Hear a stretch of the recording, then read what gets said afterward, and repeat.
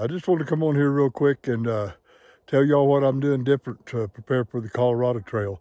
As you know, I got off the AT last year at 274 miles at Hot Springs, and I'm doing a few things different. Let's go through them. Here we go.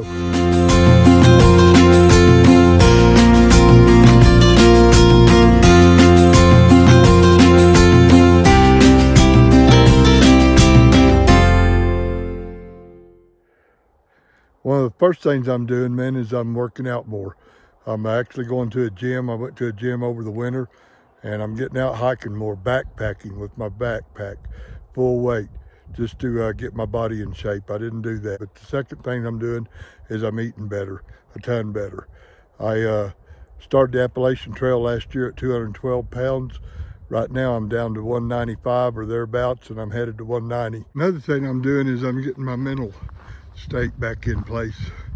I had it in place when I took off on the AT, and my body got so wore out that my mental dropped off. Can't let that happen again. But the main thing I'm concerned about is my physical health.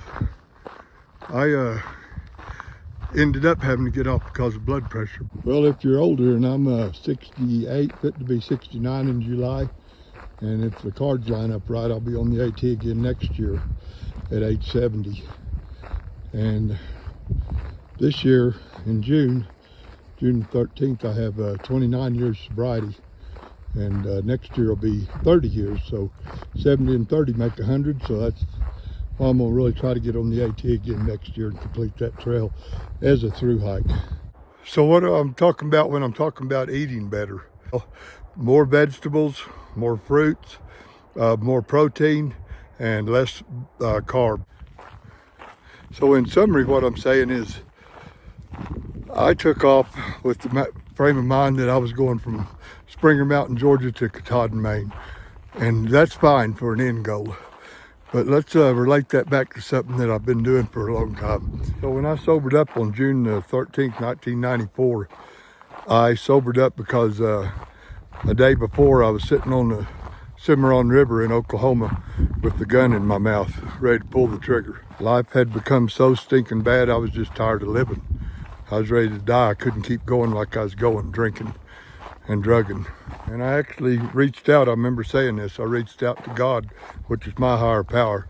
And I said, God, if you can't help me quit this, then just take me. I'm ready to go. Well, obviously I'm talking to you today, so I didn't pull the trigger. But I was damn close, real close. But anyway, I sobered up, and I've been sober coming on 29 years this year. And I've got to look at that through hike the same way. I'm always wanting to start something, finish it, and go home. Well, that ain't the way this is going to work out, and I've realized that now. And it's taken me trying to hike the Appalachian Trail 79 miles to figure that out. Well, when I start my next through hike, which will be in August of this year, I'm going to hike the Colorado Trail. I have got to say, well, I'm going from Denver to Durango. That's fine. But I've got to set daily goals in my mind and not think about Durango. I got to think about what's coming up today and break it down into little chunks and have little mini goals that I hit. I can't think about it as, wow, I've got to go all the way to Durango. That ain't gonna work. So that's what I've been working on too mentally, is getting my mind so that it's hard to reverse course when you've thought about something for so long and you've done the same thing over and over. What do they call it? Sanity?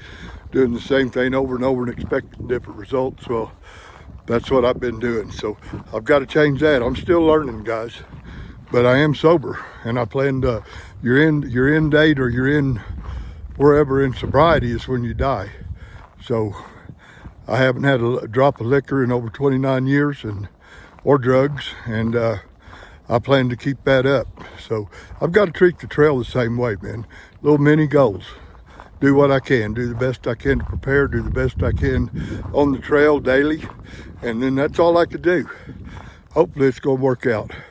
But that's a real headstrong thing in my mind, is always wanting to start something, finish it, and be done with it. Well, I got to get out of that mind frame. So I'm really, really, really working hard on trying to do that right now.